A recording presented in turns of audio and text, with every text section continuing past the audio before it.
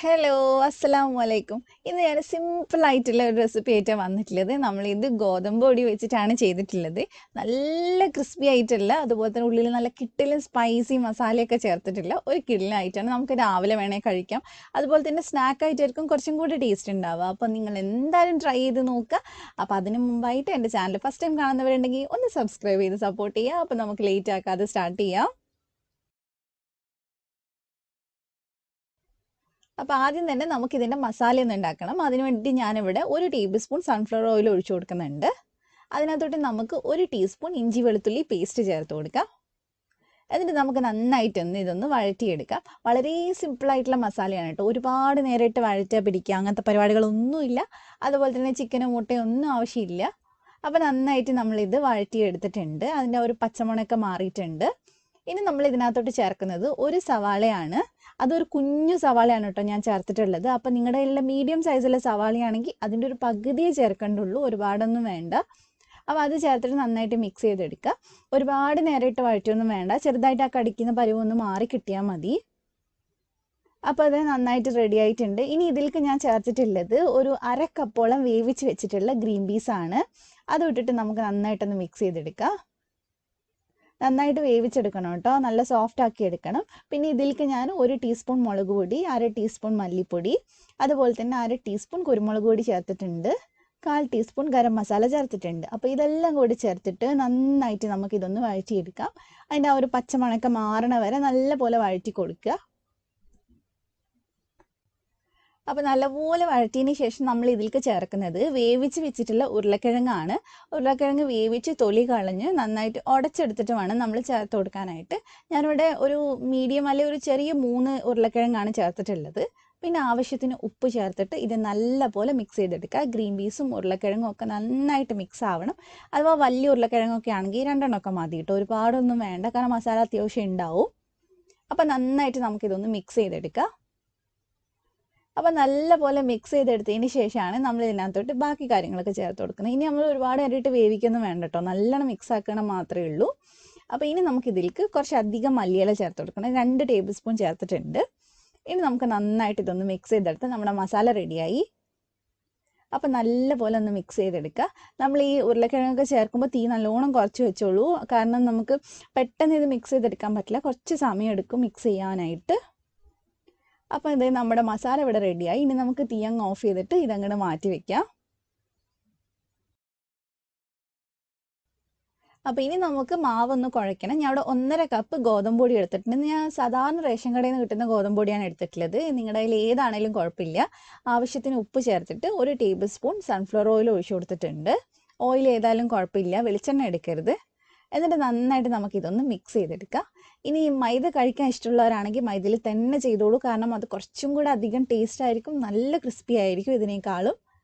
അപ്പോൾ ഇനി നമുക്കിതിലേക്ക് സാധാ വെള്ളം ഒഴിച്ചിട്ട് നന്നായിട്ടൊന്ന് കുഴച്ചെടുക്കാം.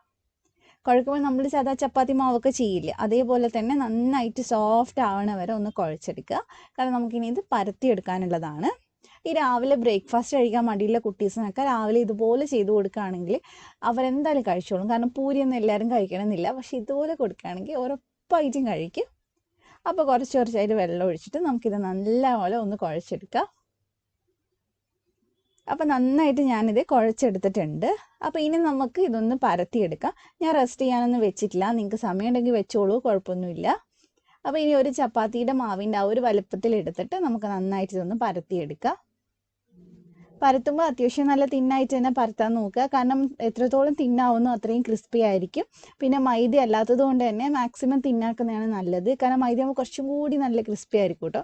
ഗോതമ്പ് പൊടി ആയതുകൊണ്ട് നമുക്ക് ചുട്ട അപ്പം തന്നെ നല്ല മുരുമുരാന്നിരിക്കും. ഇച്ചിരി കഴിയുമ്പോൾ ഒന്ന് തണുത്ത് കഴിയുമ്പോൾ ഒന്ന് സോഫ്റ്റായി തുടങ്ങും. അപ്പോൾ ഇത് ഞാൻ പരത്തി എടുത്തിട്ടുണ്ട്. ഇനി നമുക്കിതൊന്ന് ഒരു റെക്റ്റാങ്കിൾ ഷേപ്പിലൊന്ന് കട്ട് ചെയ്തെടുക്കാം. ഇതേപോലെ 4 സൈഡും ഒന്ന് കട്ട് ചെയ്ത് കൊടുത്താൽ മതി. പരത്തുമ്പോൾ നമ്മൾ റൗണ്ട് ആക്കാതെ ഇതേ ഷേപ്പിൽ കിട്ടുന്ന പോലെ തന്നെ പരത്തിയെടുത്താൽ കുറച്ചും കൂടി ഈസിയാണ്. അപ്പോൾ 4 സൈഡും ഇതേ ഞാൻ കട്ട് ചെയ്ത് കൊടുത്തിട്ടുണ്ട്. ഇനി നമുക്ക് ഇതിനെ 2 പീസാക്കിയിട്ട് ഒന്ന് കട്ട് ചെയ്തെടുക്കണം, കാരണം ഒരു ഷീറ്റിൽ നിന്ന് നമുക്ക് 2 സ്നാക്ക് ഉണ്ടാക്കി എടുക്കാൻ പറ്റും. ഇതുപോലെ ഒന്ന് കട്ട് ചെയ്ത് കൊടുത്താൽ മതി.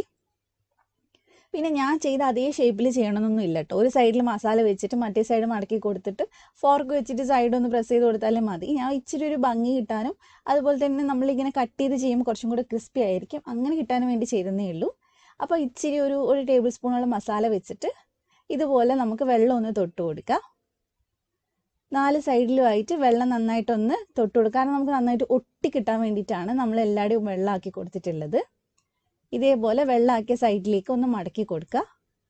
കാരണം നമ്മളൊരു കോണ് പോലെയാണ് കേട്ടോ വെള്ളമാക്കി കൊടുത്തത്, അതേപോലെ തന്നെയാണ് നമ്മൾ മടക്കിയിട്ടുള്ളത്.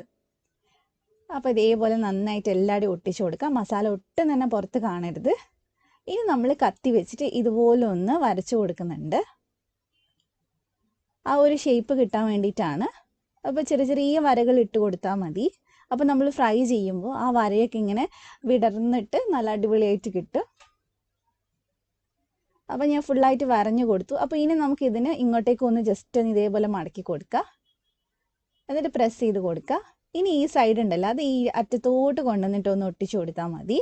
അത് ഒട്ടുന്നില്ലെങ്കിൽ ആ അറ്റത്ത് ഇച്ചിരി വെള്ളമാക്കി കഴിഞ്ഞാൽ പെട്ടെന്ന് അങ്ങ് ഒട്ടി പിടിച്ചോളൂ. എന്നിട്ട് എല്ലാവരുടെയും നന്നായിട്ട് പ്രസ് ചെയ്ത് കൊടുക്കുക. അപ്പം നമുക്ക് അടിപൊളിയായിട്ട് കിട്ടിയിട്ടുണ്ട്.